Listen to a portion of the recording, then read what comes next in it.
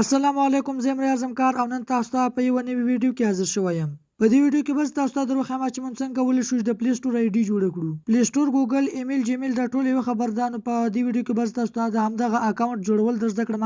نو زه د ویډیو په طرف تاسو ګورئ همکار سکلز یوټیوب چینل زه امری اعظم کار ازي شروع کړو.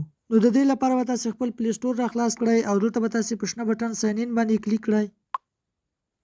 او تاسو ته به دا ډول صفحه راخلاص شي. که تاسو تیار ایمیل لرئ تاسو په همدې ځای کې انټر کړئ او که غواړئ چې نوی ایمیل جوړ کړئ نو تاسو په کریټ اکاونټ باندې کلیک وکړئ او دلته به تاسو په فار مای سیلف باندې کلیک وکړئ او تاسو ته به دا ډول صفحه راخلاص شي. نو په لومړی خانه کې به تاسو خپل نوم ورکړئ او په دویمه خانه کې به تاسو خپل تخلص ورکړئ او له هغې څخه وروسته به تاسو په شنه بټن نیکسټ باندې کلیک وکړئ او تاسو ته به دا ډول صفحه راخلاص شي.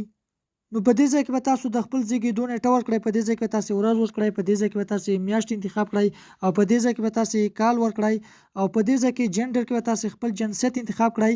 که نارینه یاست تاسو په دوهم باندې کلیک کړئ، که ښځینه یاست تاسو په لومړي باندې کلیک کړئ. نو زه په میل باندې کلیک وکړم او دلته به زه دا نیکسټ کړم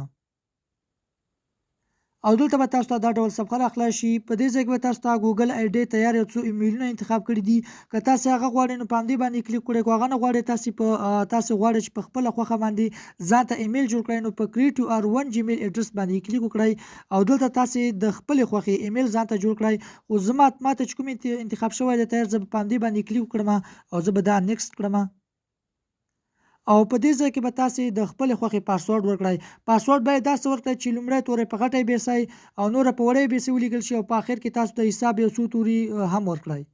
نو کله چې په دې ځای کې تاسو د خپلې خوښې پاسورډ انټر کړئ، له هغې څخه وروسته به تاسو په نیکسټ باندې کلیک وکړئ او دلته به تاسو ته دا ډول صفحه راخلاص شي. که تاسو غواړئ چې دا ایمیل تاسو په نمبر باندې جوړ کړئ نو دلته تاسو خپل نمبر انټر کړئ. نمبر ته به یو کوډ لاړ شي او کوډ بیا په دې خانه کې تاسو ورکړئ نو تاسو به په دا ایمیل په نمبر باندې جوړ شي. او که تاسو غواړئ دا تاسو سکیپ کولی هم شئ، بې نمبر هم جوړولی شئ. نو زه به دا سکیپ کړم. دلته تاسو ته د سکیپ بټن ښکاري، زه به دا سکیپ کړم، په همدې به زه کلیک کړم او یو ځل به دا تاسو نیکسټ کړئ او یو ځل به تاسو ښکته راشئ او یو ځل به بیا په تاسو په شنه بټن آی اګري باندې کلیک وکړئ او یو ځل به بیا تاسو په شنه بټن ایکسپټ باندې کلیک وکړئ او دلته تاسو ته ښکاري چې موږ ته د پلی سټور آی ډي جوړه شوه. پلی سټور آی ډي، ګوګل آی ډي، جیمیل، ایمیل دا ټول یوه خبره ده. نو تاسو ته ښکاري چې دا موږ ته جوړ شو. نو په دې ځای کې تاسو ته زموږ ایمیل هم ښکاري او دا پلی سټور موږ ته جوړ شو. نو په دې طریقې سره تاسو کولی شئ چې په ډېرې اسانۍ سره د پلی سټور، ګوګل، جیمیل، ایمیل اکاونټونه په ډېرې اسانۍ سره جوړ کړئ. نو که ویډیو مې خوښه شوې وي نو حتما زموږ چینل در سره سبسکرایب کړئ. میلاویږو په داسې نورو ښکلو ویډیوګانو کې. تر بلې ویډیو مو ته خدای پامان.